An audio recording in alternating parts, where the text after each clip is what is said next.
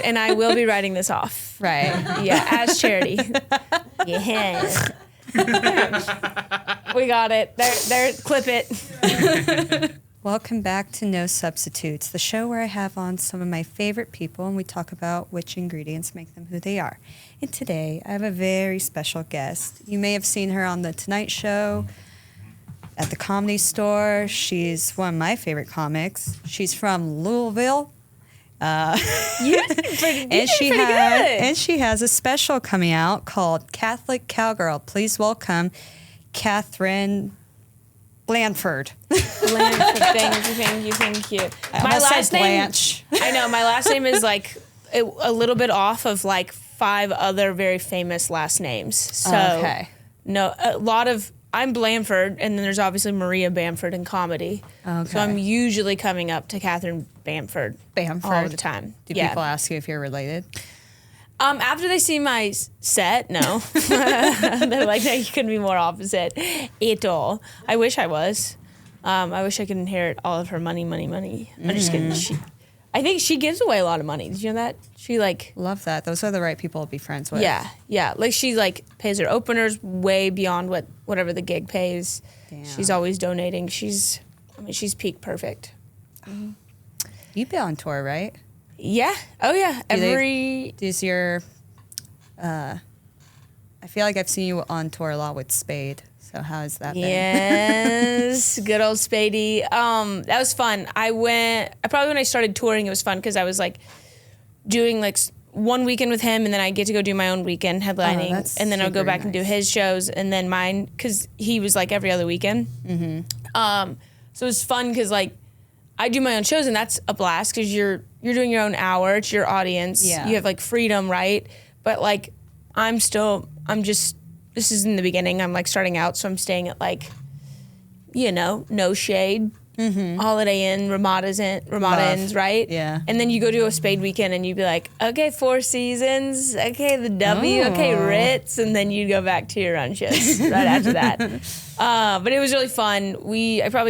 This past fall, my schedule just started filling up just more and more with my own dates. Well, that's awesome. And so I didn't get to do that many with him in the fall, and then we kind of just had to have like our like sweet little moment of being like, I think this is when I fly. Nest. Yeah. We did like a final run of like 4 shows in Florida, and after him, me, and Bobby Miyamoto, his other opener, we all had a little moment on stage as they were cleaning up, and I know it's sweet. Hopefully, I don't know what'll happen. Maybe I'll go out with him a few times every now and then in the future, but he just filmed a special, so I think he'll be off the road for a minute. Nice. But it was so fun. Yeah. It was cool to like I guess watch him, because like again, like I was saying, I was going to do my shows and then watching him and going to do my shows. Right. So it was almost like you were like applying and then going back and watching, applying and then going back and watching. So it was like a very cool like learning in the moment experience.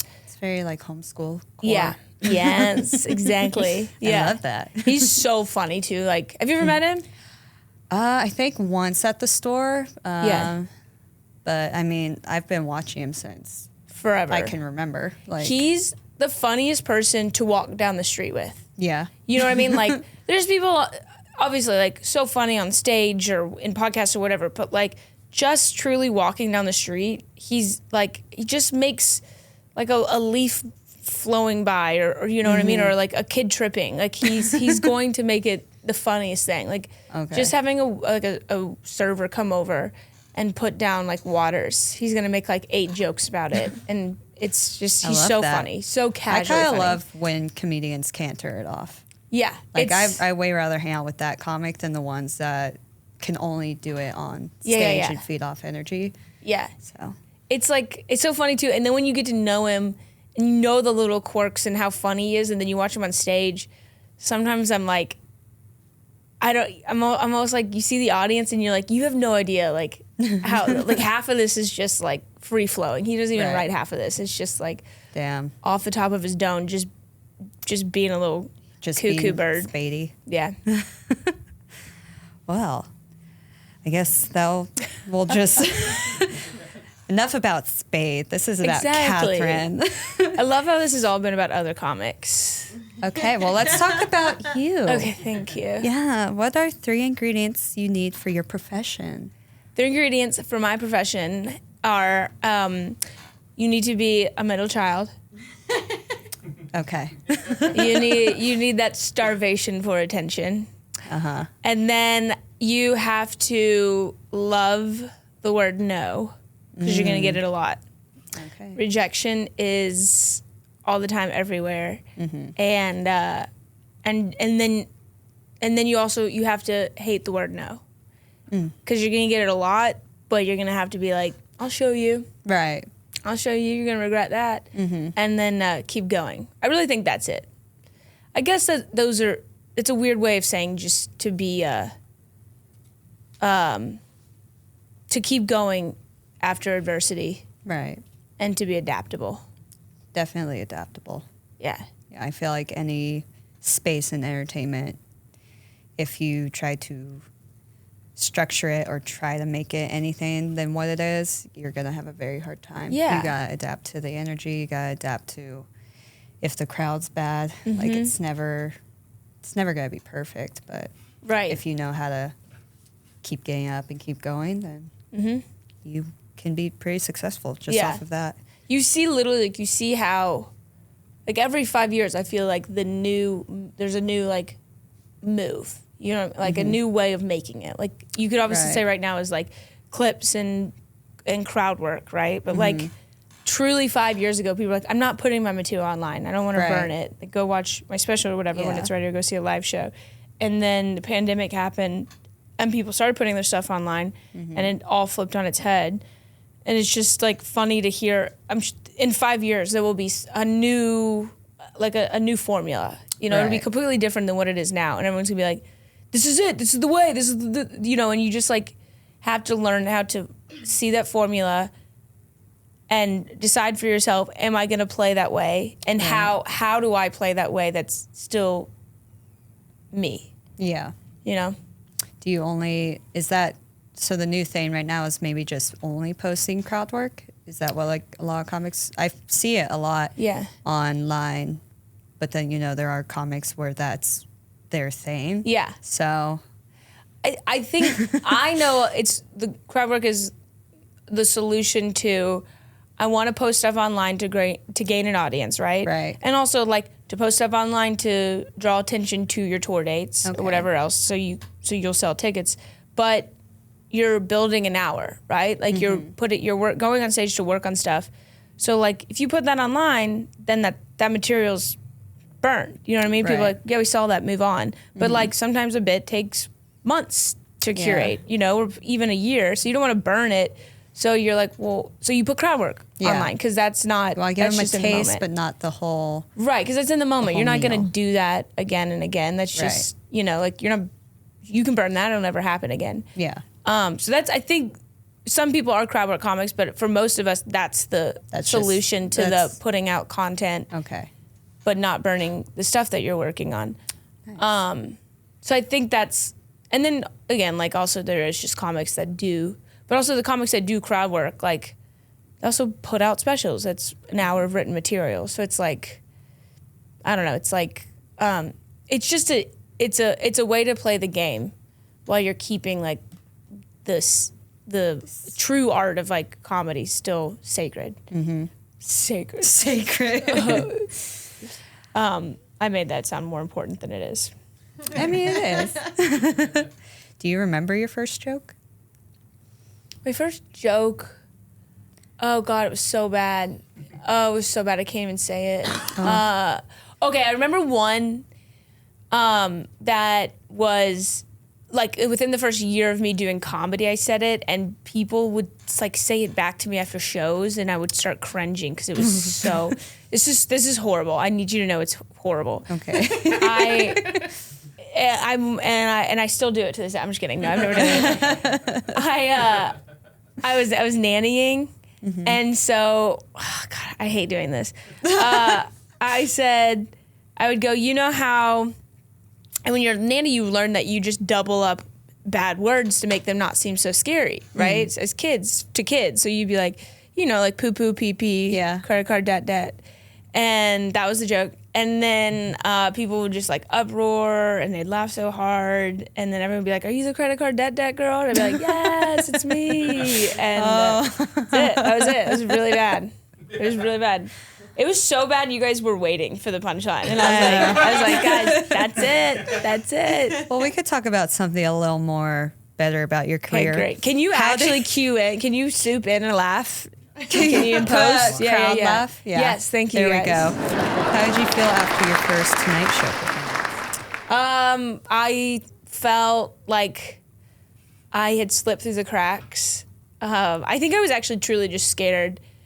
After probably most of my tapings, I feel like I'm like, is this going to be the worst performance in the history of Tonight Show performances or everything else? And you're just holding your breath and waiting Oh my God. the next couple of hours to find out if it was the most horrendous. But it was also like, I don't know, it probably took me a couple months to really accept that it happened because it happened so fast. Mm-hmm. And I was like, no way I'm really here. You guys, everyone's going to get fired. I should not be here. But it was, I'm very grateful for it. It was a really cool moment. Yeah. No, that's a good one. What's the best piece of advice you've received from another comedian? Oh God. What have I told myself in the mirror lately? I will, okay, I'll say it. Oh man, it's from an ex, but I'll say it. He's not a great guy, but I actually repeat this to other people now too. I remember like when I came home and I was just like, when I first started comedy, I still was like trying to figure out how to shape jokes and bits and like was just all over the place. And I was just like frustrated and I was like, this is so hard, it's just bullshit. And he was like, yeah, it's hard. If it was easy, everyone would do it. Because like when it's good, it's the best feeling in the entire world. Right. So I guess it's a simple saying, but it's also just like knowing that if it's really, really hard, when you figure it out, it's going to be that much more rewarding. And to like stick through, even if like I say that a lot, like if a bit is not working out, like I keep going back to it and chopping it up or going at a different direction. And then when it finally shapes up and works, it's like, oh, it's such a sigh of relief. And it's like, it feels so good. So I think I say that to myself a lot. Or like when I first started like learning how to act, when I got out here, I was like, what? This is, they're critiquing what I'm doing with my eyebrows. Right. And where my eyes are pointing, like much less with the words. And I'm like, this seems impossible. And then I, again, had to tell myself, if it was easy, everyone would do it. Right. So like stick through the hard. And take the criticism. 'Cause Right. sometimes, I remember one time I was doing, it's so crazy now that I do a podcast, but I was doing an interview and I like couldn't stop doing stuff with my hands. Oh yeah. And the girl afterwards was like, we need to redo that because you're going to hate me if I put this on the internet. You're like, just zoom up to here. Cut my hands out. I was like, oh. She's like, your hands were here. Your hands were everywhere. They were in your hair. They were, yeah. So Yeah. I was like, now I'm like, thank God I have this. Otherwise, who I knows? like ticks what I'd though. be. Dicks? Ticks. And dicks. And tits. Yes. Oh, on the first 10. My bad. We're past it. Hell yeah. Oh yeah. You're like, you were still on Maria Bamford at minute 9. Ticks sometimes, I have really bad ticks. On stage, I have horrible ticks. I do this with my nose a lot. Yeah. A ton of other things. And I hated it. And then I realized, like, when you watch SNL, right? And you watch them do an impersonation of somebody, It's you always know their- it's that person because of the tics that they're doing, right? And you're like, well, I'm just doing things that people then are going to associate with me. Right. Like you're giving them a little bit of an answer to like the puzzle that you are. So I'm like, just embrace the tics. Embrace the ticks. Yeah. Okay. Noted. I'm just going to Is start. tics a slur? Ticks? Yeah. I don't think so. Okay. No. Okay. You never know these days. That was just a really good title for the podcast. Tics? No, Embrace the Ticks. Embrace the tics. Okay, I like that. I wanted to write that. There you go. What was family dinner like for you? Family dinner was like pure middle class Americana. Like we grew up in Louisville, in a suburb. Both my parents worked. Like, we were very much latchkey kids. Mm-hmm. We would get dropped off from the school bus and walk home, and nobody would be home, and we would, you know, put on TRL or like whatever, Blue's Clues, and make SpaghettiOs. Or like my favorite was like, you'd go put tortilla chips right on just a plate and then just dump a whole bag of shredded cheese and put it in the microwave. Child's nachos. And then you'd hurry up and get the chores done right before your parents came home, right? And then your mom comes home first and she starts making dinner, and then your dad comes home. And my mom was like fantastic, like Southern cook, but nice. yeah, you know, like she would whip it up as fast as she possibly could, but like a fantastic meal. Oh. And then we'd all sit down at the table, and like the news TV would be still going on, or like entertainment news or whatever would be going on in the living room. And it was like probably for most of my childhood, it was that was cool. It was like, that was when we talked and fought and everything over like, you know, like meatloaf and mashed potatoes and green beans. Love. Yeah. All American. Mm-hmm. I heard something about your family. Oh God. Which bit? It's right here, actually, in the research. Her parents are cousins. Yeah. So I was wondering what dinner was like with that.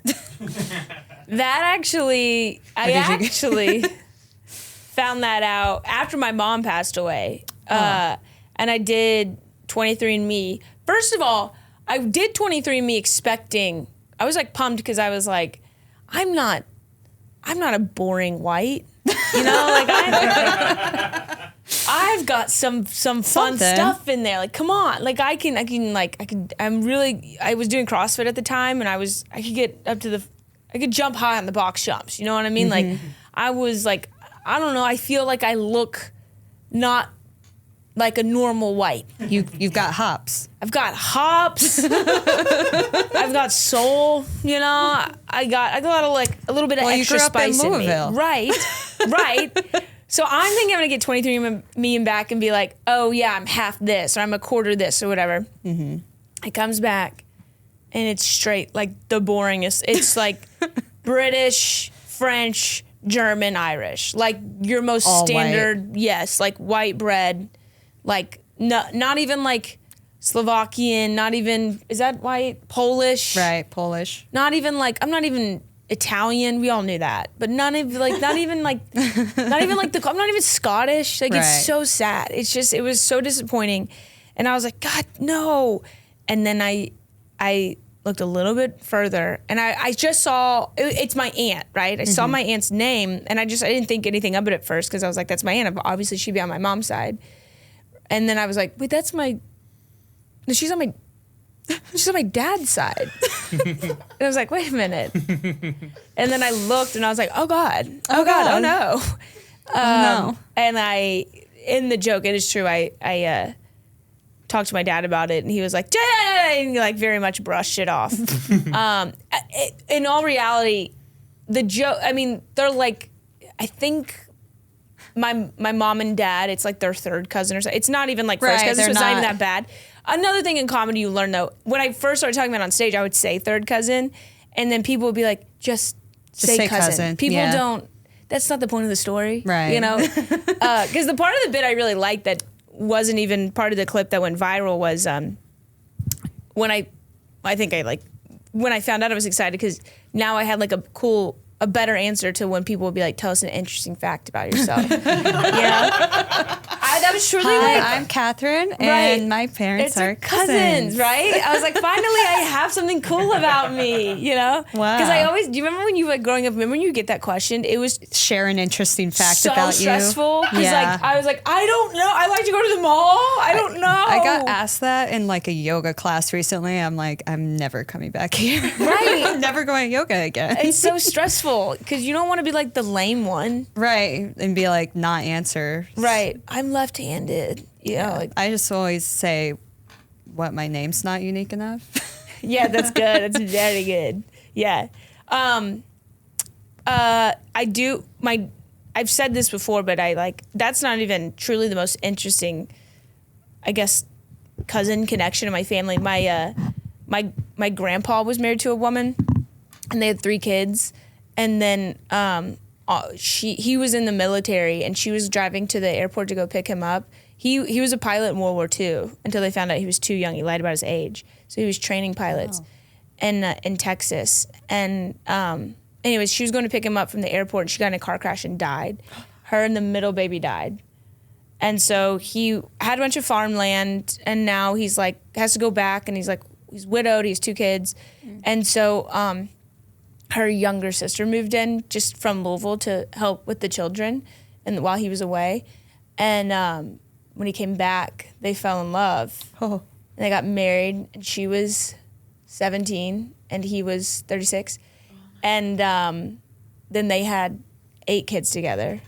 So my dad's brothers are his cousins, and my uncle's mom is technically their aunt, but they grew up as.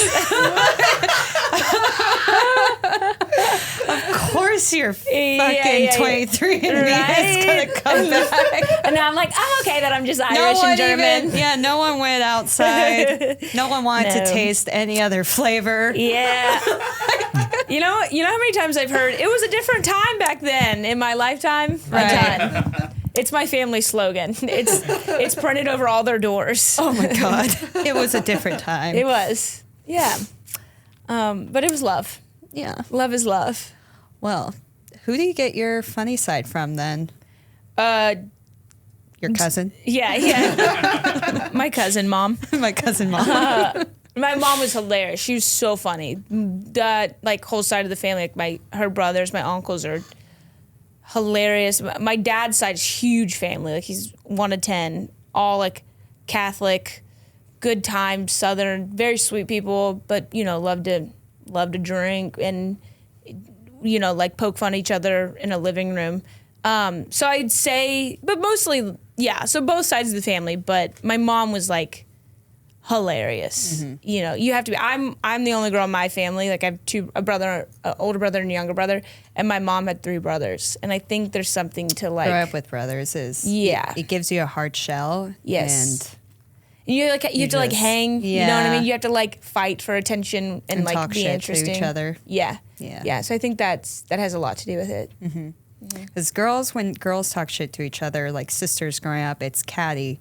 But when it's brothers, it's right. You gotta have a good at-bat. Right, for sure. And if you don't, it stings. Yeah, and then you're not sleeping for days. Yeah. And you're well, at least I'll just go punch you then. Yeah.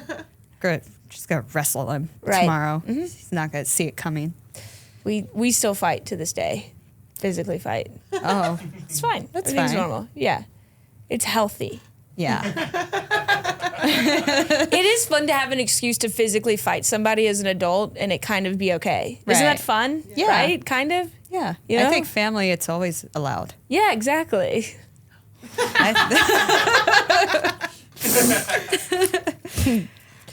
Well, I guess that kind of answers this question. What are some of your favorite memories from your childhood? Beating the shit out of each other. Yeah. Truly, yeah. Actually, sibling fights? Yeah. We also, I think I've been trying to talk about this a lot more on stage because my childhood was so fun, but it was truly because we were so free. Mm-hmm. My parents just went to work, and I think probably we lived in a safe neighborhood, and we were alone for well over 12 hours a day. Mm-hmm. And we were outside, riding bikes, we thought we were in a little cul-de-sac bike gangs. Oh yeah. Sometimes you go on your cul-de-sac and play with all the neighbor kids and play kickball and go skinny dipping in a pool till 2 a.m. Mm-hmm. And it was just I don't, and then even when you got in high school and you're going to drink in fields and tell your mom you're spending the night at Brittany's house and then come home and all your boyfriend's giant football clothes and she'd be like, how was Brittany's? And you'd be like, it was really fun. She had no clothes for me. Right. We played Truth or Dare. But it was so fun, mm-hmm. and I feel and then I obviously when I got older, I became a nanny, and those kids are I think there's just so much more scary things out in the world that people have to be so much more careful and cautious of, that there's not, you don't like just leave your kids, willy-nilly for 13 hours a day. And like, even when you get older and you go to high school, your parents can track your phone now. Like you're not like, there's not that much freedom, and obviously they're probably safer. But I'm like, dude, there's that element of freedom that'll never exist anymore. It was a different time back then. It was a different time. Look at me. Yeah. Yeah. But it was really fun. I know. Living up to that. What do you miss about living in Atlanta? I miss actual trees and greenery. There was just parts of Atlanta. I love LA, but I hate that I have to look down when I walk so I don't step in poop. Yeah. It's or like on a syringe. And you don't know if it's dog or human. Yes. Yeah. And like I missed going to a park and just like sitting under a tree or in grass again without sitting in poop, or just like 1,000 people around. There's Atlanta. It's so green. Atlanta's like it's very pretty. Like the trees, and there's trees everywhere. I think that's the one thing I miss most about the South, is that like kind of just maybe it's just like less crowded, kind of. Yeah. Yeah. And that, and also like cornbread. Yeah. Cornbread, green beans with ham hock in it. Yeah. Because you grew up with actual like good Southern food. Yes. Yeah. Oh, so dude, it's probably hard to find out here. We got good Korean food. We got like it's good. I appreciate all kinds of food, but I'm obsessed with potato salad. Oh yeah. Potato salad. I love green beans. I love cornbread. I love and I don't even try and eat cows or pigs anymore. But what is that? Is it mutt? Mutt? Do you know what mutt is? Like no, am I calling that right? Yeah, you're saying it right. I just don't know what exactly it is. I think it's barbecue. It's something on the pig. It's so good. Okay. There's a place, my mom's from Owensboro, Kentucky. There's a place called Moonlight Barbecue there. Bill Clinton visited it when he was president. You'll find out if you ever walk in there because there's pictures of it everywhere. But like they have just like a Golden Corral. Like you imagine, when you go to Golden Corral, right? Everybody... And imagine the whole buffet at Golden Corral, but it's all different barbecue. Oh my God. That's it. You know what I'm saying? Yeah. It's divine. We have have you ever heard of burgoo? Ugh. Y'all ever heard of burgoo? I'm born and raised California. Okay. There's a lot. Oh my God. Burgoo's the only Southern thing about me is my dad's side's from New Orleans, so I know how to make gumbo. That's about. Burgoo's like a gumbo without rice, maybe, because doesn't gumbo have rice? Sometimes. I don't know. Now that I think about it. It'd probably have like more corn. Okay. Yeah. Than rice. Yeah. I miss that also. That's also it. I miss potato salad so much. I also miss, this is a very standard, your mom's people are coming over, you have to make something real fast. I don't know if this is Southern or not, but ham sandwiches where you'd go get the thick slices of ham, right? And then you'd put them between a Hawaiian bun. Do you know what I'm talking about? Nice. And then she put a little bit of mustard on it, and that was oh shit, somebody's car broke down and company's coming over immediately. I obviously have to serve food. And she'd throw together those. That is my childhood, if I'm thinking about ham sandwiches. Nice. Yeah. Did you ever eat bologna? Did we eat bologna? We definitely did. I remember going to my grandma's house. That was the only place I knew that had bologna. It was good, but we didn't. Yeah, I guess we did. But I don't know if we ate it that much. We ate, this is really weird. This is nobody's home and you're feeding yourself. We used to eat Vienna sausages out of the can. Do you remember those? No. Do you guys love Vienna sausages? Dude, they're so good.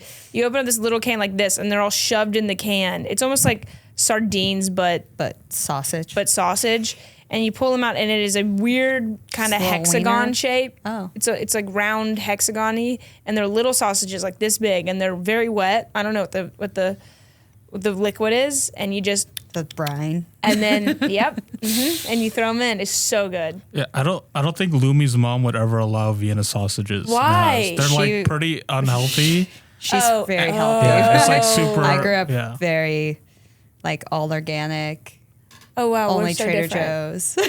Yeah. Oh, It's actually so funny that you don't know what Vienna sausages is. It's like your mom protected you. That's from, hilarious. From 'Cause that. No, that's why the I mean name the of it's only so fancy. the only place that I knew what Eggo waffles or Wonder Bread or bologna was my mom's Wait, house. have you ever had Spam? No. Yeah, What? that's so funny. I actually don't think I had it until I went to Tokyo. Yeah. then- Oh, even that. Yeah. Wow. Yeah. What did you think about it? 26 was the first time. really? It was good. Yeah. Some Spam and egg and rice and a seaweed. Yeah, Spam and egg is great. Yeah. That's not how people eat Spam normally. I know. Also, either they fry it and put it on top of white bread that's toasted, and that's it. And they go, and it's usually served with a shut up and eat it. Nice. It's this or nothing. Okay. Yeah, that's hilarious. You grew up so organic. That's probably why you're so gorgeous and beautiful. Yeah, and my fingers swell up all the But time. I feel like, well, your ethnic background, you should be able to digest all that I stuff. sure can. Though. I sure as heck can. Because the only people that could eat like that are the whites Yeah. from Europe. For sure. And you just swish it all down with a glass of bourbon, and it's all okay. At Yeah. like age 8, Yes, for sure. Yeah, already smoking cigs and drinking bourbon. for sure. I mean, you've been through a lot. It was a by different 8. time. Yeah. Maybe that'll be the title. No, Smoking people are going to think we talked about something way worse. What? Oh yeah, this has actually been very wholesome. Yeah. Really. What is a life event that shaped you? A life event that shaped me. I try to think of something truly that I haven't talked about a lot, and there's this one. You ever all of a sudden a bad core memory hits you like way later in life? Mm-hmm. There was this one, and it seems so small now, but I think it was the first time I was like, no, I could be funny. My brothers always did like Boy Scouts and stuff or whatever, or I don't know, it was something like that, and they were like, I don't know what, they were probably some kind of Boy Scout thing, and they were all in line for something, and there was like one other sister there, right? The sisters would always be like tagged along, and she was older, and she told me it'd be really funny if I went up behind this one boy with glasses and punched him in the back. She was like, everyone would think it's so funny, and I was like, yeah, you think so, yeah. And so I went and I punched him in the back, and this kid was like a sick kid, you know what I mean? So no one thought it was funny. Everybody, besides that girl, and I got like dragged away. I was like, my dad like picked me up by one arm. I'm like being carried like a Pooh Bear, Yeah. and like out of the room, and she's like snickering and laughing, and I'm like, I'll show her. And so I think that is why I do stand-up comedy. That's fair. Like I genuinely think if I went back in time and like you didn't punch that changed kid? I would probably be like a nurse right now or something. Yeah, you Right. bombed one time. Yeah, and then yeah, I You're, was like, You're like, Oh, I give him back. gotta get on stage. Right. I can win this crowd. Exactly. Yeah. And now every show, every night, I make fun of the guy in glasses, and the people love it. Perfect. It is. What's the most adventurous or unusual food you've tried? I want to know on the road, and would you try it again? I always like asking comics on the road specifically. On the road, what have I tried, and will I try it again? Man, I'm trying to think of something wild. I feel like every time I go, is it north or maybe it's Canadian, and it's not that wild, but I actually don't like it. Poutine. Oh, yeah? I'm like, guys, this is bad Southern food. By the Right. way, this is just soggy fries. Soggy fries. Yeah. Anything else? Let me think. So you would never do poutine again? I'm just like, I don't want. Yeah, this Yeah. is it's. The I like. Canadians are gonna come after you in the comments, probably. I'm fine with that. I Yeah. like my fries crunchy, Right. and I like Crisp, them without salty. dipped in thick soup. Yeah. You know. And curds, cheese curds. Yes, that's what's in it. Cheese curds. It's like somebody was dying, and they were like, this could be my last meal. I'm gonna make that, and then I don't know, and that like caught on, but it's not a good meal. It's not a good idea. No. Isn't it fries with gravy and cheese curds on it, right? curds, yeah. You can't even say that and it sounds good. The Yeah. word curd, that should be, that's a swear word. That's a slur That's a right slur. there. If somebody, I think it is, if somebody calls you that. More like cheese turd. Yeah, for real. And it's shaped like it. Yeah. I'm going to stick with that. Anytime I got good poutine one time at the Village Idiot in Los Angeles. They're not open anymore, but I would always ask for it without cheese curds. But then it's not even poutine. I know. Then it's just soupy fries. It was good they wouldn't put too much gravy on it. Yeah, It was okay. like an Americanized version of it. Okay. So it was pretty good. All right. But I only ate it like twice. Yeah. Yeah. Whenever I tour now, people are always like, you got to go to this place and have this thing, right? Mm-hmm. But you're like, I appreciate that, but I'm on the road every weekend. If I did that every weekend, I need to buy an extra seat on the plane. You know, it's like this is your one fun thing, but like this is every week you're showing me your city's fried delicacy, and so now I've kind of had to like scale back, like enjoying whatever the fine city has to offer, and just getting a veggie omelet. Nice. Yeah, Smart. it's sad. Well, that kind of goes into the next question of what are your unpopular food opinions? Besides wanting to cancel poutine. I didn't used to be this way, but now I am. I hate ketchup. I hate ketchup so much. And I used to hate, I used to hate mayonnaise. And now I love mayonnaise. I hate ketchup and mustard, but I do like spicy mustard. Spicy brown mustard. But I feel like ketchup is that thing that it's like an overall blanket, and it oversaturates the taste of everything it's you're a little having. Too much. Yeah, and it's also disgusting. It leaves that nasty spit film. Ugh. You know what I'm talking about? Yes. And that's why they said that in Big Daddy they could spit for so Oh, long my because God, they ate yeah. a lot of ketchup, right? And then they could the spit Yeah. stuck together. So it stayed in your mouth it stayed together as it was falling out of your mouth. That makes sense. But I'm on the train right now of less ingredients and sitting there and appreciating like whatever the concoction is instead of like throwing hot sauce and ketchup and Parmesan cheese on it. Right. Yeah, but ketchup is like now it's disgusting It's to me. off the menu. I get that. Sorry, I don't guys. even remember the last time. I mean, that's probably my favorite thing about like the artisanal burger movement or whatever you want to call it. Like in California specifically, I feel like you go places and they try and make it very unique, but it's always like good and it never has ketchup.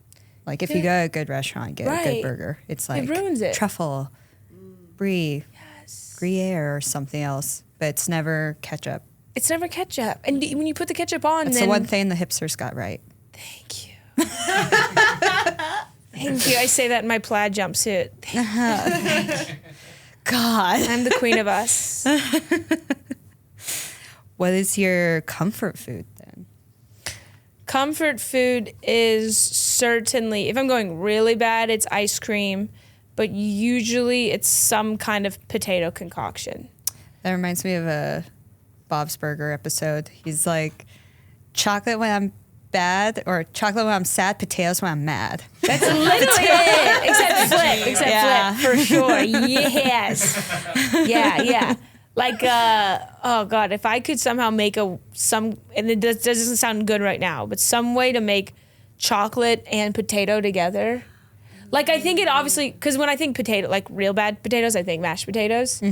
and that wouldn't be good with chocolate. But obviously, salty and sweet work together. So if you could make the potato the most something very salty about the potato, and then add chocolate to it, I bet it would work. Do you know something like that? I mean, people have been doing this since the dawn of time, but French fries in milkshake, they like dip their French fries in the milkshake.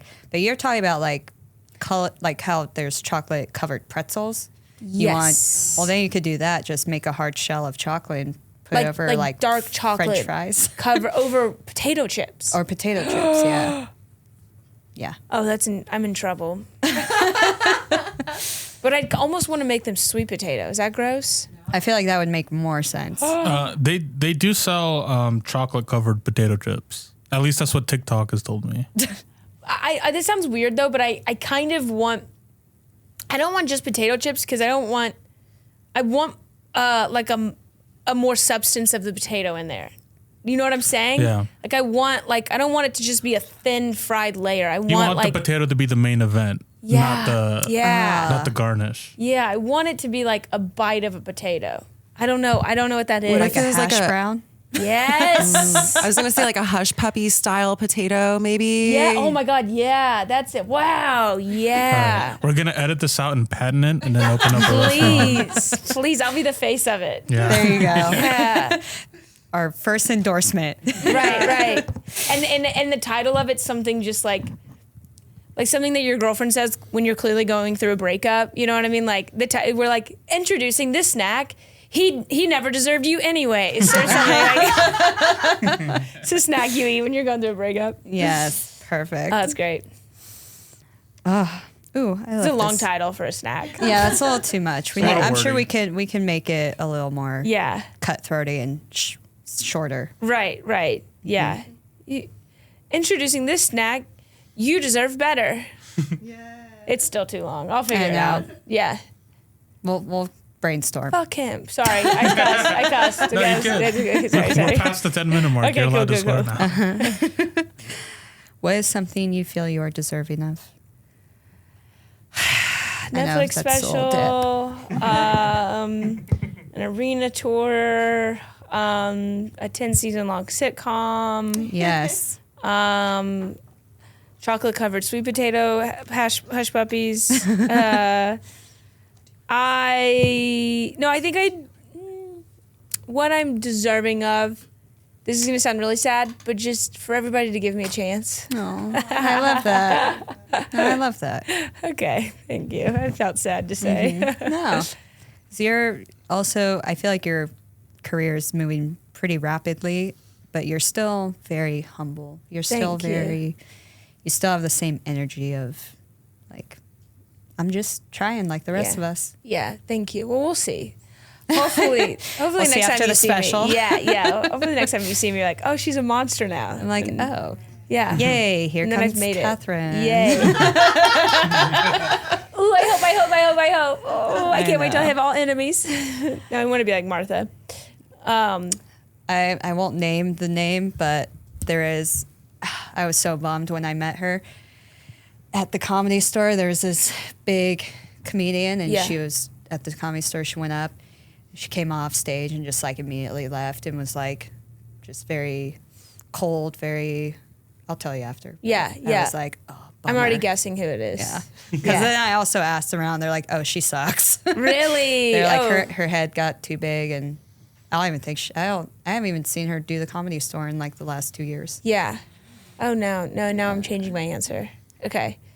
We'll talk shit after. Right. Well, that's what I hope I get to be. Right. That's what I like, hope. you're not even, you like think you're doing the Comedy Store a favor. Very much. And I will be writing this off. Right. Yeah, as charity. Yeah. We got it. There, clip it. I think we have some producer questions. Oh, we do have a handful of questions. I do want to say, though, it's funny every time we ask a comedian what they're deserving of, they have to make 50 jokes before they say, can I just be happy, please? Yeah. Just like one little thing. Something. That's like, they're very quiet about that part. Yeah. They look down. Yeah, hopefully no one heard me say that I wanted to be happy. Right. Yeah. I hate myself. I'll never deserve that. Yeah. I hate it. Yeah. She's gonna make us clip that out. Right. Yeah. And then, the other thing, I just like, I couldn't help but think when you were talking about the 23andMe thing that like your parents almost got away with it. Right. You know, I know, like, yeah. it was almost like, all right, no one's going to find out. Right. We're good. And then the internet came and ruined it all. Dude, we, because I used to have the podcast Cheaties, right? Right. Where people would like tell us their cheating stories. And like, slowly we started to accumulate like more than one story about, once 23andMe came out. And, you know, I don't know if you, like, obviously, and I'm not saying this is wrong or right, but people are like, don't give the government your DNA, et cetera, blah, blah, blah, blah. But older people were saying it, and they were like, it's because once it came out, we found out my grandpa is not my grandpa. Yeah. It was like a lot of that where you were finding out like grandparents, like 3 generations later, we're finding out that people were messing around way back when, and they have a whole other family, et cetera, et cetera, et cetera. And like, it felt like the generation who was preaching not to give their DNA to the government was like, or did you not want your secret to come out? Yes. Yeah. Yeah, because a lot of people cheated. For sure. But I feel like back in the day, also, like I was saying about childhood and how you can't even sneak out now because your parents can track your phone. Like, it's so much harder to cheat now. You know? It's like so much harder to like get away with whose kid this is. Dude, yeah. It's any app in every app. Right? Any and every app is just, you figure it out. I know, it's sad. We have to all be good, honest people now. Mm-hmm. It's kind of nice to know that it's not just our generation that's like can't be faithful. It's everyone. It's like it's like an epidemic. Now everyone is like poly or gives it a different title, which is just I want to sleep with multiple people. Yeah. Right. They're like changing it to like no. I say it out loud. That's why I did porn. Right. Yeah. I was like, I don't want to sleep with just one person. Right. Yeah. And now it's just like I don't have to. And then I overdid it, and now I like don't have sex right now. Really? God, I love that. What a ride that is. I know. I mean, I hate it, but whatever. But what you do you? You do you. Yeah. Okay. I'm sorry, I talk too much. Oh, no, I love it. You're perfect. All right, so we do have a couple of producer questions. Yes. Especially since you're on tour right now. What is your favorite type of show to work on or your favorite place to perform? Pacific Northwest is my favorite crowds. I love them. I've said it. They're a mix between a little bit like liberal, right? But they're also like cold and hardened and sad because of the wintertime. So they need a laugh. They need a laugh, right? And they won't get like too offended by things. Not that I'm that very offensive. They're just like down to have a good time. Yeah. Without a lot of like without their guard up. Which I feel like the elite coasts in the South can be sometimes.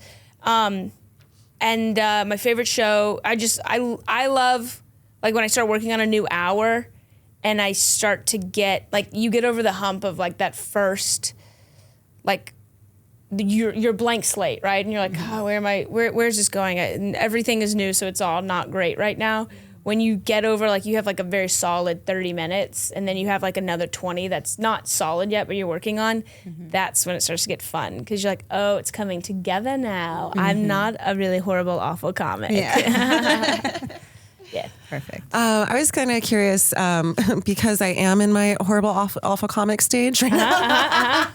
No, welcome to hell. Yeah, fellow only female, only middle child. Yes, so yes, you get it. I was curious when do you feel like you need to give up a bit? If you've tried it like 3 or 4 different ways and it's not working yet, I feel like I have a bit right now that I had to like come to terms with because I was like trying it. I thought it had legs, and then I went on stage and like tried like 3 or 4 brand new bits right before it, and those did great. And then I went into it and it did worse than all of like the brand new bits, and I was like, okay, that was a sign from the universe. I don't just like give up on it. I say put it on ice. Yeah, put it on ice and then come back to it months, 6 months later, or when you're maybe you'll another bit, you start working on it and you go, oh, a little piece of that actually works into this. And then you don't have to then you just take the good elements of it and you can work it into something else. But never give up on it. Just put it nice. Put it to sleep for a while. Mm-hmm. Yeah. Yeah. Okay. Thank you so much. Where can the fans find you? I'm on Instagram. I think all the socials at It's Katherine Blandford. It starts with ITS. It's another bit of advice. Never start your handle with it's, because then you have to be like, it's Katherine Blandford. And they go, why'd you stutter? And I go, I didn't. It was a bad decision. And then I have my special coming out on YouTube. Also, it's Katherine Blandford, I think, on YouTube. Oh, no, sorry. It's coming on an 800-pound gorilla. December 5th. It's called Catholic Cowgirl. Please like it. Please comment and share it. Please. Yes. It's very DIY, all very grassroots promoing campaign. So I think please watch it. And I'm Lumi Ray. Thanks for everything. Toodles.